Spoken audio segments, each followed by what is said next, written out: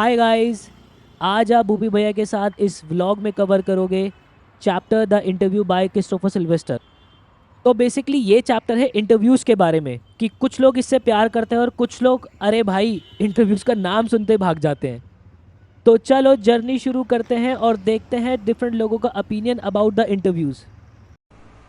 तो सबसे पहले फन फैक्ट, इंटरव्यूज़ का इन्वेंशन ऑलमोस्ट 130 साल पहले हुआ था और अब तो जर्नलिज्म का मेजर पार्ट बन गया है। हर कोई जो न्यूज़पेपर पढ़ता है उसने कम से कम एक इंटरव्यू तो ज़रूर पढ़ा होगा, राइट। यहाँ ट्विस्ट है, डिफरेंट लोगों का डिफरेंट ओपिनियन है इंटरव्यूज़ के बारे में। कुछ कहते हैं कि इंटरव्यूज़ में रियल ट्रूथ बाहर आता है, कुछ कहते हैं ये तो आर्ट है भाई, लेकिन कुछ फेमस लोग तो इंटरव्यूज़ को हेट ही करते हैं। पुराने टाइम में लोग बिलीव करते थे कि अगर कोई तुम्हारी फ़ोटो ले लेता है तो तुम्हारी सोल चोरी हो जाती है। उसी तरह कुछ सेलिब्रिटीज फील करते हैं कि इंटरव्यू उनका एक पार्ट छीन लेता है। डीप है यार ये तो। सबसे पहले सुनो वीएस नैपॉल का ओपिनियन। ये नोबेल प्राइज विनर है एंड ट्रैवलर एंड राइटर भी है। इनके हिसाब से तो इंटरव्यूज लोगों को हर्ट करते हैं। इंटरव्यूज लोगों को हर्ट करते हैं और जब भी कोई इंटरव्यू देता है तो वो अपनी लाइफ का कुछ हिस्सा लूज कर देता है। और अब सुनो लुइस कैरोल का opinion. Lewis Alice in Wonderland के ऑथर हैं जिसने कभी भी इंटरव्यू नहीं दिया क्योंकि उन्हें सेलिब्रिटी की तरह ट्रीट होना पसंद ही नहीं है। एलिस कहते हैं कि वो इंटरव्यूज को अवॉइड करते थे। इनफैक्ट कोई इंटरव्यूअर या फिर कोई ऑटोग्राफ उनके पास लेने आता था तो वो उन्हें भगा दिया करते थे। लेकिन सबसे ज़्यादा एग्रेसिव ओपिनियन था रुडियार्ड का और उनकी वाइफ कैरोलिन कहती हैं 14 अक्टूबर 1892 का दिन खराब हो गया बॉस्टन रिपोर्टर्स की वजह से। और देखो भाई, इतना ही नहीं, रुडियार्ड ने उन रिपोर्टर्स को सैवेज रिप्लाई दिया।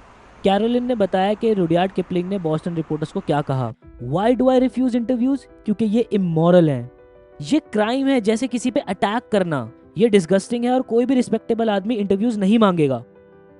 लेकिन यार आयरनी देखो, किपलिन ने खुद कुछ साल पहले मार्क ट्वेन का इंटरव्यू लिया था। मतलब खुद इंटरव्यू लेते थे, अब दूसरे लोगों का सॉर्ट बोल रहे। Hypocrisy level expert. अब सुनो एच.जी. वेल्स का opinion. H G. Wells the time machine और द इनविजिबल मैन के राइटर थे। ब्रो 1894 में इन्होंने कहा था कि इंटरव्यूज डिफ़िकल्ट और स्ट्रेसफुल हैं, लेकिन 40 साल बाद इन्होंने खुद रशियन लीडर जोसेफ स्टालिन का इंटरव्यू किया। और अब सुनो सॉल बेलो का ओपिनियन, जो 1976 के नोबेल प्राइज़ विनर है। इन्हें इंटरव्यू से सफोकेशन होती है। इनका मानना था कि इंटरव्यू देना तो ऐसा है कि किसी ने थंब इनके थ्रोट पे रख दिया हो। बहुत ही अनकंफर्टेबल और प्रेशर्ड फील करते थे ये। लेकिन यार इतनी प्रॉब्लम्स के बावजूद भी इंटरव्यूज़ बहुत यूज़फुल है कम्युनिकेशन के लिए।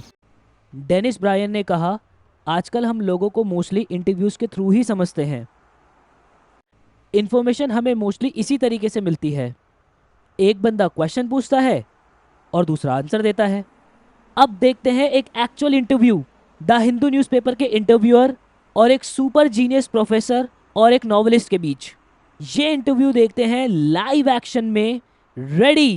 डेविड लॉज कह रहे थे कि उन्हें समझ नहीं आता कि आप इतना कुछ कैसे कर लेते हो। देखो, सिर्फ ऐसा दिखता है, एक्चुअली मैं हमेशा सेम टाइप का काम करता हूँ, सेम आइडियाज फॉलो करता हूँ अपनी सब राइटिंग्स में। एक सीक्रेट है मेरे पास, यूनिवर्स में जो एम्प्टी स्पेस है ना एटम्स के अंदर ही, अगर वो हटा दो तो यूनिवर्स मेरे फिस्ट जितना छोटा हो जाएगा। उसी तरह हमारे लाइफ में भी इंटरस्टिसेस होते हैं, छोटे छोटे एम्प्टी टाइम्स, जैसे एलिवेटर वेट करते वक्त। मैं उन मोमेंट्स को यूज करता हूँ। एलिवेटर के फर्स्ट से थर्ड फ्लोर आते आते मैं एक आर्टिकल लिख सकता हूँ। वाह, आपकी एकेडमिक राइटिंग बोरिंग नहीं है कि फन और पर्सनल है। ये इंटेंशनल था या नेचुरल? जब मैंने अपनी फर्स्ट डॉक्टरल थीसिस लिखी तो प्रोफेसर ने कहा, तुम तो अपनी पूरी रिसर्च स्टोरी बता रहे हो, मिस्टेक्स भी इंक्लूड कर रहे हो। लेकिन उन्होंने अप्रिशिएट किया और बुक पब्लिश कर दी। 22 साल की एज में मैंने रियलाइज किया कि एकेडमिक बुक्स को स्टोरी की तरह होना चाहिए, इसलिए मेरी ऐसे स्टोरी जैसी फील करती है। आपने 5 नॉवेल्स लिखे हैं लेकिन 40 प्लस नॉन फिक्शन बुक्स, फिर भी लोग आपको नॉवेलिस्ट कहते हैं। अपसेट होते हो? मैं एकेडमिक कॉन्फ्रेंसेस में जाता हूँ, राइटर ग्रुप्स में नहीं। नॉवेल्स ज्यादा लोग तक पहुंचती हैं। मैं एक्सपेक्ट नहीं कर सकता कि 10 लाख लोग मेरी सेमियोटिक्स बुक पढ़ेंगे। द नेम ऑफ द रोज बहुत सीरियस नॉवेल है, detective story, metaphysics, theology, medieval history, फिर भी इतना पॉपुलर हुआ नॉर्मल रीडर्स में? नहीं, बिल्कुल नहीं। जर्नलिस्ट सरप्राइज्ड होते हैं, पब्लिशर्स भी। उन्हें लगता है लोग सिर्फ सिंपल या ट्रैशी बुक्स पढ़ते हैं, लेकिन ये सच नहीं है। दुनिया में 6 बिलियन लोग हैं, मेरी बुक ने 10-15 मिलियन कॉपीज बेच डाली गया, मतलब सिर्फ एक छोटा परसेंटेज। ये वो लोग हैं जो इजी बुक्स नहीं चाहते हमेशा। मेरी अमेरिकन पब्लिशर ने कहा कि बुक 3000 कॉपी से ज्यादा नहीं बिकेगी यूएस में, क्योंकि वहां कैथेड्रल्स नहीं है। लेकिन एंड में 2-3 मिलियन कॉपीज अमेरिका में ही बिक गई। मेडिवल हिस्ट्री पे बहुत बुक्स फेल से थी। मेरी बुक की सक्सेस अभी भी मिस्ट्री है। अगर मैं ये 10 साल पहले या बाद में लिखता तो शायद सेम रिजल्ट नहीं होता। टाइमिंग का कमाल था। तो ये था मुकुंद और एको का इंटरव्यू गाइस। बिलीव नहीं हो रहा, जस्ट अभी लाइव इंटरव्यू देख कर आया हूँ। तो गाइस समरी, इंटरव्यूज पावरफुल है, लोग डिफरेंटली रिएक्ट करते हैं, और अम्बर्टो एको ने सिखाया टाइम मैनेजमेंट और स्टोरी टेलिंग से कुछ भी पॉसिबल है। एग्जाम में याद रखना, part 1 opinions about interview, part 2 Eco का interview. All the best, bye, see you guys in the next vlog.